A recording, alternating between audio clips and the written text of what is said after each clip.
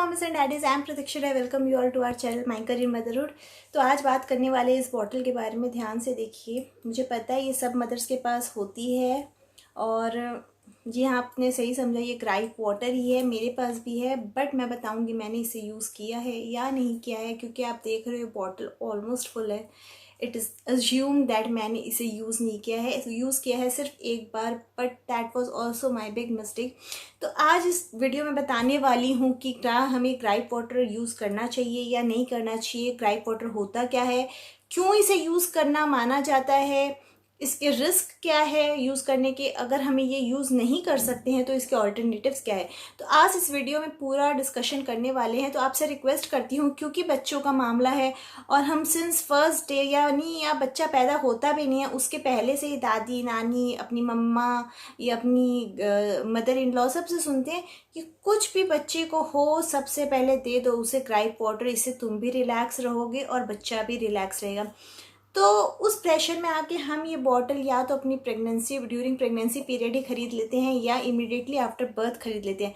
But क्या आपने एक बार भी ये बात सोचा है कि क्या आपके डॉक्टर ने कभी से प्रिस्क्राइब किया है? जी, मेरे डॉक्टर ने कभी प्रिस्क्राइब नहीं किया। मेरे नोन में बहुत सारी मदर्स है जो मेरे साथ साथ जिन्होंने डिलीवर किए थे बेबीज़, उनके डॉक्टर्स ने भी कभी प्रिस्क्राइब नहीं किया। रादर उन्होंने कोई मेडिसिन दी थी कि अगर बहुत ज़्यादा आपको लगे तो आप लास्ट रिजॉर्ट यूज़ करो, कि वो कॉलिक से रिलेटेड या एसिडिटी या गैस से रिलेटेड वो मेडिसिन दो। अदरवाइज आपने कुछ नहीं देना है। स्ट्रिक्टली WHO कहता है strictly for the first 6 months आपने सिर्फ बच्चे को ब्रेस्ट मिल्क ही देना है। अगर फिर भी आपके ब्रेस्ट मिल्क नहीं हो रहा है तो आप सिर्फ फॉर्मूला पे ही बच्चे को रखोगे। अदरवाइज फर्स्ट 6 मंथ्स बच्चे को पानी भी देना मना किया जाता है। WHO के गाइडलाइंस के अकॉर्डिंग ही आज सब कुछ आपको इस वीडियो में बताने वाली हूँ। और आपके फर्दर क्रॉस चेकिंग के लिए मैं उसका लिंक पे डिस्क्रिप्शन में डाल दूंगी, ताकि आपको एक और क्लैरिफिकेशन मिल जाए कि क्यों हमें ये यूज़ नहीं करना चाहिए। तो चलिए सबसे पहले हम स्टार्ट करते हैं वीडियो को।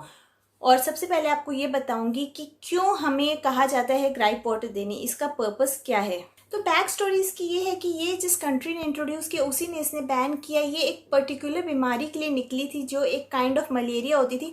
बट उसके बाद इसे बच्चों को देना शुरू किया और बच्चों को इनसे बहुत आराम मिलता था, क्योंकि इसका मेन कंपोनेंट होता था अल्कोहल। और अल्कोहल हमें पता है कितना डेंजरस होता है। अगर हम भी थोड़ा सा कंज्यूम कर ले तो हमें ही डिजीनेस फील होगा, और बच्चों को देंगे तो ऑब्वियसली उनमें जान ही कितनी होती है, तो वो ऑब्वियसली सोएंगे, उनको आराम मिलेगा। तो इस पर्पज से ये ग्राइप वाटर आया और ये इतना ज़्यादा अडॉप्ट होने लग गया कि सेंचुरी से 18th सेंचुरी से अब तक चला आ रहा है। मेन इसका रीज़न था कि जब भी आपको लगे बच्चा बर्थ के बाद बहुत ज़्यादा रो रहा है, मतलब कारण यही कि बच्चा बहुत ज़्यादा रो रहा है या वॉमिट कर रहा है या बर्प ठीक से नहीं कर पा रहा है या स्पिट आउट कर रहा है या उसकी गैस प्रॉब्लम, सबसे ज़्यादा मेन इसका रीज़न था कॉलिक या गैस प्रॉब्लम। ठीक करने के लिए इसे लोग दिया करते थे।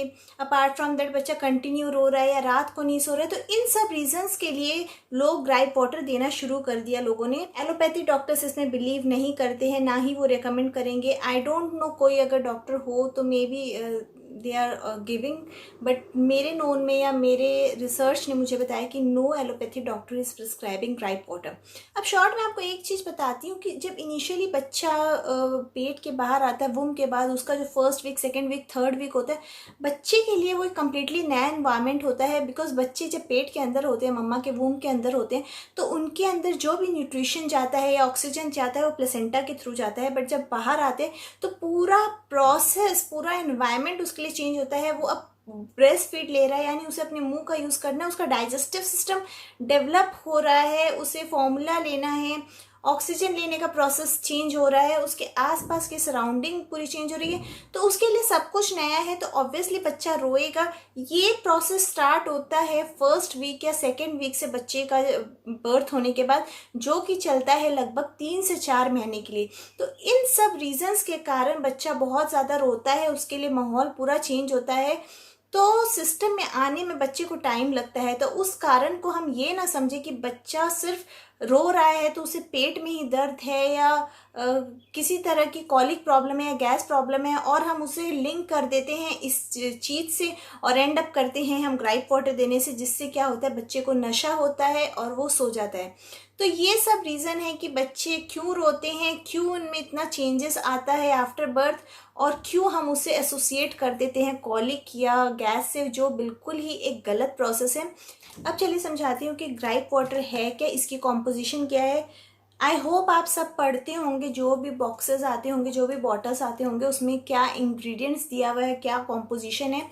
तो ग्राइप वाटर जनरली एक कॉम्पोजिशन है डिल सीड्स का, फेनल। डिल सीड्स को मुझे एग्जैक्टली नहीं पता हिंदी में क्या कहते हैं। फेनल यानी सौंफ, जिंजर, उसके अलावा इसमें होता है सक्रोज यानी शुगर, आपका वाटर, ऑब्वियस ये लिक्विड है तो वाटर, और सबसे जो हार्मफुल चीज़ है वो है सोडियम बाइकार्बोनेट यानी बेकिंग सोडा और अल्कोहल। तो इनमें से जो तीन चीज़ सबसे हार्मफुल है वो है सोडियम बाइकार्बोनेट यानी बेकिंग सोडा, आपका अल्कोहल और सुक्रोज। ये तीनों इतनी हार्मफुल है। चीनी हमें पता है 1 साल से छोटे बच्चे को नहीं देना चाहिए, और इस बॉटल में लिखा है कि from 1 to 6 month old baby आप 5 ml दे सकते हो।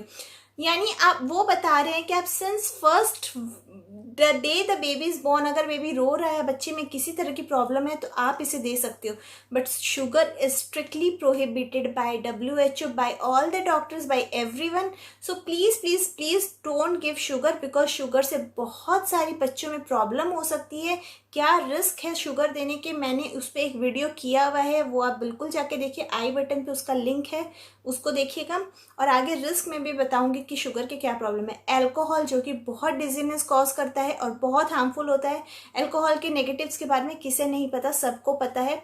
उसके अलावा होता है सोडियम बाइकार्बोनेट जो कि होता है बेकिंग सोडा। हमें भी पता है कि हम कोई भी चीज़ खाते हैं, स्पेशली बेकरी आइटम, उसमें बेकिंग सोडा दिया जाता है तभी वो फ्लफ़ी होती है, विच इज़ वेरी अननेचुरल वे। हम खुद ही सोचते हैं 4 बार खाने से पहले बेकिंग सोडा कि हम इसे खाएं या नहीं खाएं।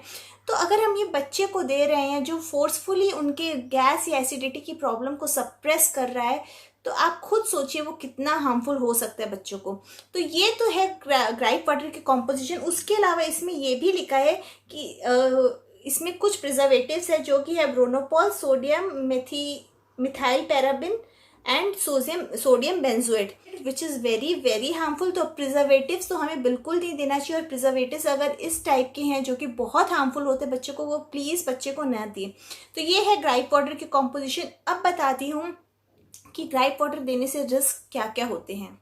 तो पहला जो रिस्क है ग्राइप वाटर देने से वो ये होता है कि उसमें क्योंकि सुक्रोज होता है, शुगर होता है, तो वो टूथ डिके कॉज करता है। बच्चे के टूथ पूरे डिके हो जाते हैं, गम्स पूरे ख़राब हो जाते हैं, जो कि मैंने शुगर वाले वीडियो में पूरा डिटेल में बताया है, वो आप बिल्कुल देखें। सेकेंड रिस्क ये है कि ग्राइप वाटर जो होता है पूरा डाइजेस्टिव सिस्टम को ख़राब कर देता है बच्चे का, और बच्चे के जो ब्रेस्ट फीडिंग या फॉर्मूला फीडिंग प्रोसेस जो बच्चा करता है, नया नया सीख रहा है, उसमें भी हिंड्रेंस लाता है। थर्ड है, इसमें एक kind of allergy reaction cause करता है ग्राइप वाटर, जिससे बच्चे में इचीनेस हो जाती है, रैशेस हो जाते हैं, बच्चे में वॉमिटिंग बहुत ज़्यादा होती है, बच्चा ठीक से सांस ले नहीं पाता। तो इस तरह की कई सारी एलर्जी रिएक्शन उसके डाइजेस्टिव सिस्टम में भी कॉज होते हैं। चौथा रिएक्शन है, इसमें कैल्शियम की डेफिशिएंसी होने के बहुत चांसेस होते हैं, और विटामिन B12 भी कम हो जाता है। इसके अलावा जैसे मैंने बताया sodium bicarbonate, which is a very unnatural way to suppress the acidity और गैस इन बेबी, बहुत ही ख़राब होता है सोडियम बाइकार्बोनेट, बिकॉज ये बिल्कुल एक केमिकल कंपाउंड है जो हमें बच्चे को बिल्कुल नहीं देना चाहिए फॉर द फर्स्ट 1 ईयर। उसके अलावा इसमें इम्यूनिटी बच्चे की बहुत ज़्यादा लो हो जाती है। तो ये सब बहुत मेजर रिस्क है ग्राइप वाटर के देने के। और कोई भी स्टडी ऐसा, मतलब जो भी साइंटिफिक स्टडीज़ हुई है उसमें कोई रिसर्च में ये नहीं किया गया है कि ग्राइप वाटर देने से बच्चे की कॉलिक या गैस की प्रॉब्लम ठीक हो जाती है। The reason only is that क्योंकि ग्राइप वाटर बहुत मीठा मीठा होता है, तो बच्चा उससे क्या होता है, उसका ध्यान उस डिफरेंट टेस्ट पे चले जाता है और वो बिल्कुल डिस्ट्रैक्ट हो जाता है। तो मे बी वो शांत हो जाए, या अल्कोहल से उसे डिजीनेस होती है और वो बच्चा सो जाता है, और हम एज अ पेरेंट हमें फील होता है कि बच्चा बिल्कुल ठीक है तो उसे दे दो। कई पेरेंट्स तो इवन ये करते हैं कि रोज बच्चे को मतलब नहलाने के बाद, बेथिंग के बाद उसे ग्राइप वाटर का 1 ml या 2 ml, या बच्चे के अकॉर्डिंग जो भी बॉटल में मेंशन है उतना क्वांटिटी एवरी डे दे देते हैं। इट मीन्स आप अपने बच्चे के डाइजेस्टिव सिस्टम को पूरा ख़राब करने का आपने ठेका लिया हुआ है। तो प्लीज़ प्लीज़ प्लीज़ ये काम मत करिए। अब बताती हूँ, मैंने आपको बहुत सारे प्रॉब्लम्स बता दिए, इसका कॉम्पोजिशन बता दिया, इसमें सारी खराबियाँ बता दी। अब मेरी ड्यूटी ये भी बनती है कि इसमें ऑल्टरनेटिव्स आप क्या कर सकते हो कि बच्चों को किसी भी तरह की इस तरह की इशू हो, बच्चा रो रहा है या वॉमिट कर रहा है या गैस की एसिडिटी की प्रॉब्लम हो रही है, बिकॉज अब बच्चा टॉप फीड ले रहा है क्योंकि पहले प्लेसेंटा से ले रहा था। तो ऑल्टरनेटिव्स क्या है कि अगर हम ये नहीं दे सकते हैं तो हमें क्या देना चाहिए। देखिए, सबसे पहले जब आप डिलीवर के बाद हॉस्पिटल से आउट होगे तो ऑब्वियसली या ऐसा होता ही है कि डॉक्टर आपको अपने आप ही प्रिस्क्रिप्शन में एक मेडिसिन कॉलिक से रिलेटेड दे देंगे। वो भी डॉक्टर आपको बताएंगे तभी आपको देना है। जब बहुत ज़्यादा एक्सट्रीम हो जाए या बच्चा बिल्कुल शांत ना हो तब आप दें, तो वो इमीडिएटली 2 या 3 मिनट्स में वो आपकी प्रॉब्लम सॉल्व हो जाती है। बट अपार्ट फ्रॉम दैट आपने पहले कुछ नेचुरल चीज़ें करनी है जिससे आपको कोई भी एक्स्ट्रा चीज़ें नहीं देनी पड़े बच्चे को ब्रेस्ट मिल्क या फॉर्मूला फीड के अलावा। सबसे पहले अगर बच्चा 2 या 2.5 महीने का है तो आप बच्चे को अगर प्रॉपरली स्वेडल करोगे, बच्चे को प्रॉपरली स्वेडल करके सुलाओगे, मतलब बच्चा बिल्कुल चमकेगा नहीं, तो उसे उस तरह से आराम मिलेगा, उसे थोड़ा थोड़ा थपथपाओगे तो बच्चा सो जाएगा, तो इस तरह की प्रॉब्लम नहीं होगी।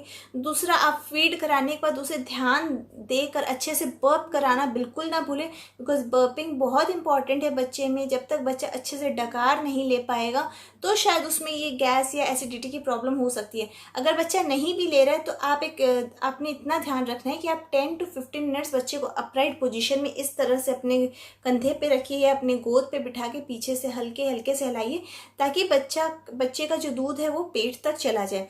तीसरी चीज़ ये है कि आप बच्चे को साइकिलिंग कराइए। देखिए, हमें पता है कि जैसे ही स्पेशली मैंने किया था और आई थिंक एवरी मदर करती है कि जब से बच्चा बॉर्न होता है, फर्स्ट डे या सेकेंड डे, जब भी आपके लिए पॉसिबल हो, बच्चे की मालिश बिल्कुल अच्छी तरह होनी चाहिए।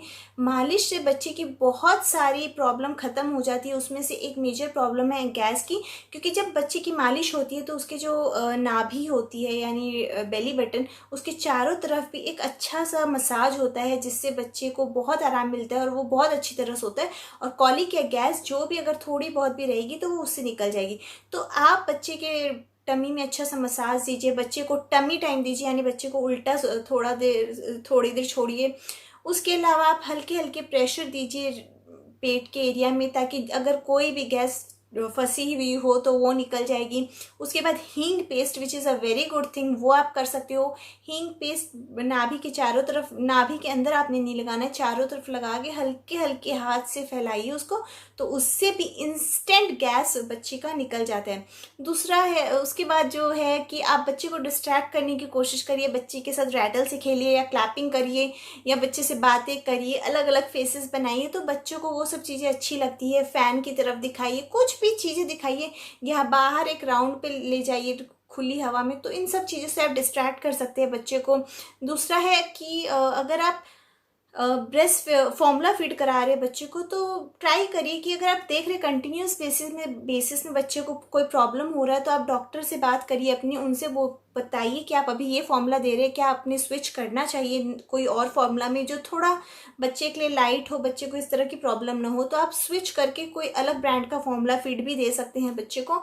नेक्स्ट इंपॉर्टेंट चीज़ है वो आपके लिए है कि आप अपनी डाइट पे बहुत ज़्यादा ध्यान रखें। मैं अगर स्पेसिफिकली मेरी बात करूँ तो मैंने फर्स्ट 6 मंथ्स जब मेरी बेटी हुई थी उसके बाद बहुत स्ट्रिक्ट थी मैं अपनी डाइट को लेकर। मैं कुछ भी ऐसा नहीं खाती थी कि जिससे मुझे गैस हो और वो मेरी बेटी को पास ऑन हो जाए।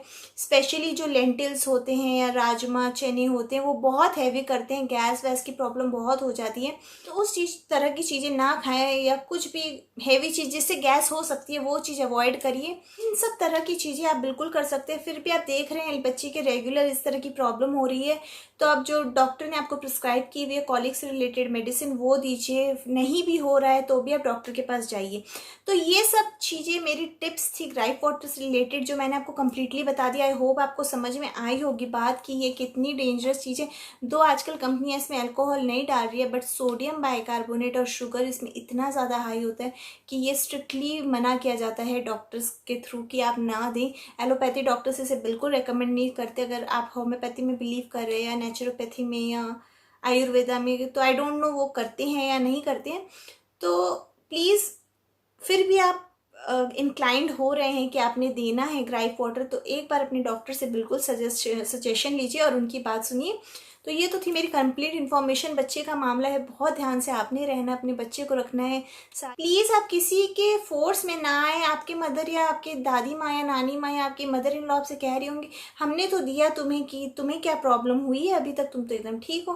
बट आप एग्जैक्टली झाँक के देखो कि आप बिल्कुल ठीक हो या ना हो कि नहीं हो। उस ज़माने में और अभी के ज़माने में बिल्कुल चेंज आ गया है, इन्वायरमेंट ही पूरा चेंज हो गया है। तो हमें अकॉर्डिंगली सब कुछ फेस करना पड़ेगा। सब कुछ चेंज हो गया है, इन्वायरमेंट के अकॉर्डिंग मूव करना पड़ेगा। तो आई होप आपको बातें समझ में आई हो ग्राइप वाटर से रिलेटेड। और डॉक्टर से डिस्कस करिए कुछ भी करने से पहले, बिकॉज बच्चों के केस में ढिलाई लेनी बिल्कुल ठीक नहीं है। एंड फटाफट एक नेक्स्ट वीडियो से के साथ आपसे मिलती हूँ। तब तक happy parenting, happy life, stay healthy, stay happy, and please to subscribe to my channel and don't forget to hit the like button. I know you all are watching my videos, but आप सब भूल जा रहे हो। Please I need lots of motivation from you all. आपका कुछ नहीं जाएगा बट मुझे मिलेगी बहुत सारी support. So till then, good bye.